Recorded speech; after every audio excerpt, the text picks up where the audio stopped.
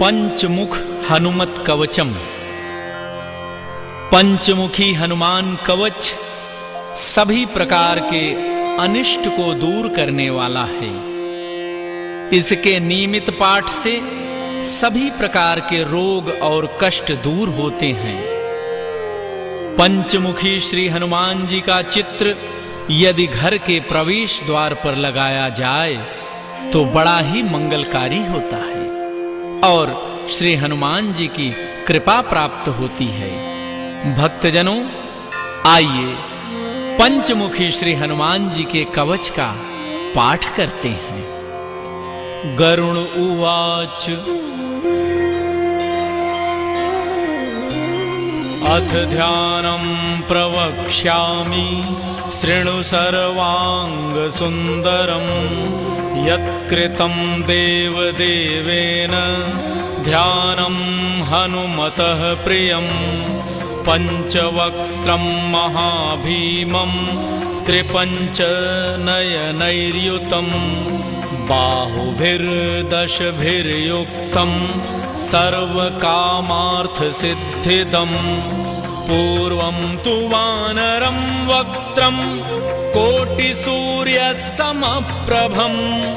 दंष्ट्राकरालवदनं भ्रिकुटिकुटिलेक्षणम् अस्यैव दक्षिणं वक्त्रं नारसिंहं महाद्भुतम् अत्युग्रतेजो वपुषं भीषणं भयनाशनम् पश्चिमं गारुडं वक्त्रं वक्रतुण्डं महाबलं सर्वनागप्रशमनं विषभूतादिकृन्तनम्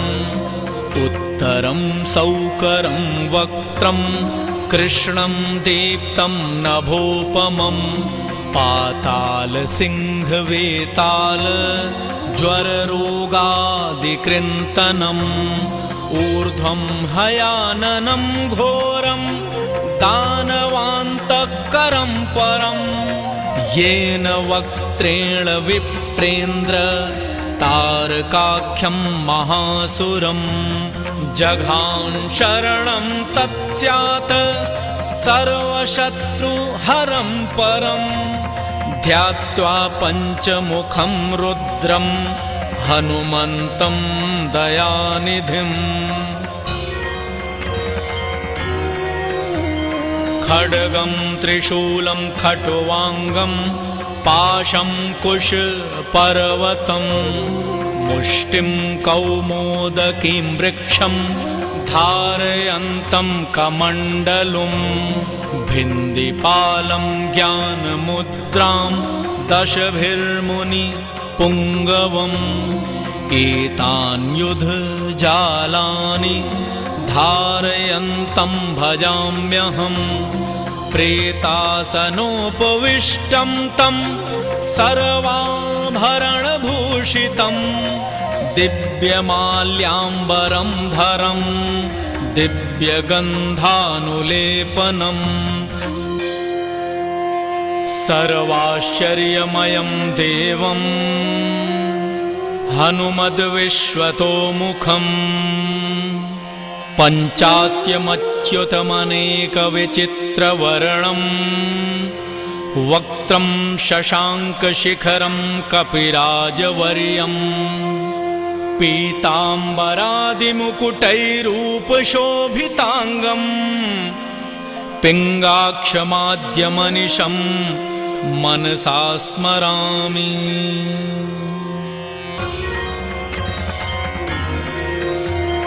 मर्कटेशं महोत्साहं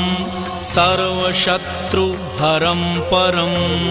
शत्रुसंहार मां रक्ष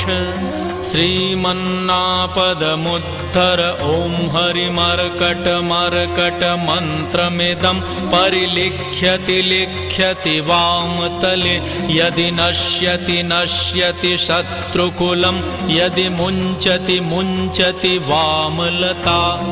इदं कवचं पठित्वा तु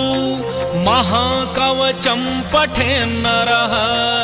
एकवारं जपे स्तोत्रं सर्वशत्रुनिवारणं द्विवारं तु पठेन्नित्यं पुत्रपौत्रप्रवर्धनम् त्रिवारं च पठेन्नित्यं सर्वसम्पत्करं शुभम् चतुर्वार पठेन्नित्यं सर्वरोगनिवारणं पंचवारं पठेन्नित्यं सर्वलोकवशङ्करं षट्वारं च पठेन्नित्यं सर्वदेववशङ्करं सप्तवारं पठेन्नित्यं सर्वसौभाग्यदायकम् अष्टवारं पठेन्नित्यं अष्टकामार्थसिद्धिदम् नववारं पठेन्नित्यं राजभोगं वाप्नुयात् दशवारं पठेन्नित्यं त्रैलोक्यज्ञानदर्शनं रुद्रावृत्तिं पठेन्नित्यं सर्वसिद्धिर्भवेत् ध्रुवम्